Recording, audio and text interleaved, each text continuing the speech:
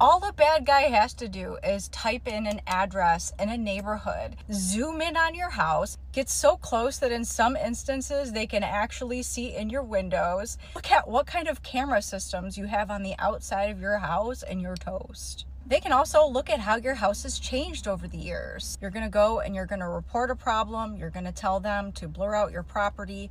You're gonna expand the image to everything that you want blurred out, and you're gonna send that report in. It's gonna take some time, but I think you're nuts if you don't do it.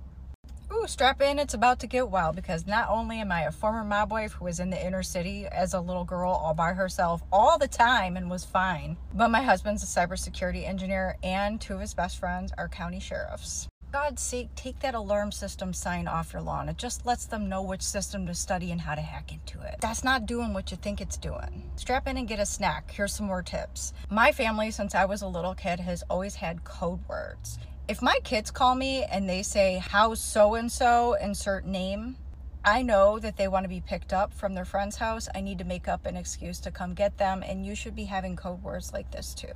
And if you're a single woman living alone, or if you're staying alone without your partner, you should have your key fob on your nightstand to set off the panic button in your car if you can.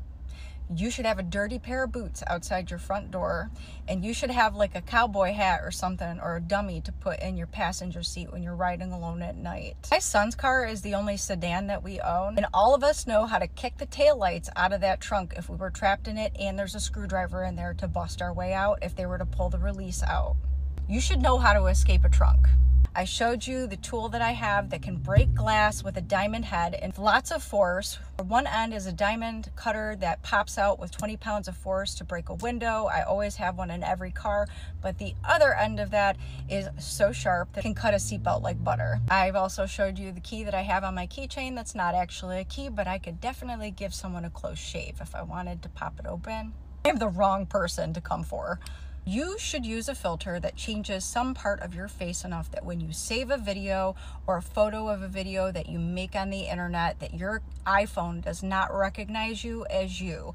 If it does, so will software. People will use to harm you, unfortunately. And I know this because I was stalked and harassed by a male creator, which is why I think it's seriously harmful that we harass women for filters, because there's a lot more reasons than you think that some people use it. Which reminds me, your LinkedIn should be private. That is not for everybody, that is for business. And if you have no business, you shouldn't be on someone's LinkedIn. It's none of their business. You need to solicit some man with a really deep voice to make voice memos that you label which each one of them says, that you can play out loud that sounds like you're having a speakerphone conversation with somebody very scary that's waiting for you at home and knows where you are. Find some audios. Some people record them here on TikTok and their sounds. As soon as you get in a cab or an Uber, you should be playing that to never ever give them the impression that there's nobody waiting for you that knows exactly what you're doing and where you're at. My AirTag can be quickly and easily removed from my keychain and stuffed down my pants if I need to. And everybody that needs to know where I'm at tracks that under their Find My iPhone. You can take my phone, but I will swallow that thing if I need to. Do not answer the phone for somebody who you don't know who is calling. Make them leave a voicemail. Anybody important enough will leave a voicemail, or they will text you or email you. Because guess what? They record your voice saying a greeting that I'm not even going to say on here, so that they can use that to call your family with and extort money from them. If somebody's grabbing for your purse, throw it as hard as you can and run. I wear a crossbody on the front of my body when I'm by myself like this, so I got two arms free to kick somebody's ass. Best believe I am not looking at my phone.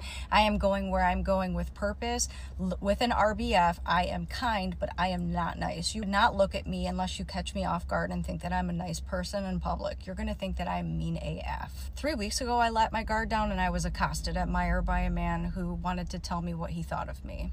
Well, my husband was 10 feet away and he did not care. That's how much audacity these men have now. You should be keeping a state map of the state that you're driving in your glove box, because you can't count on cell phones to work all the time. We forget how to drive without them. Some places that you can't carry mace, like schools and stuff like that, it's probably not a good idea. But you can carry a deluxe sample of aerosol hairspray, which works just as good sometimes if you need to. I don't answer my doorbell. If you come to my house and my camera system does not recognize who your face is where it's already programmed in, you will be greeted by me over audio. You will always believe that I'm home even if I'm not. But you will not be seeing my face. You will be hearing my voice all of us at our house, do not answer the door. It was funny because the other day the local football team got mad because both of us were working from home and we were in meetings and we didn't answer the door anyway, any which way, and they knew that we were home. So we have video of them swearing at us and stuff walking away from our porch.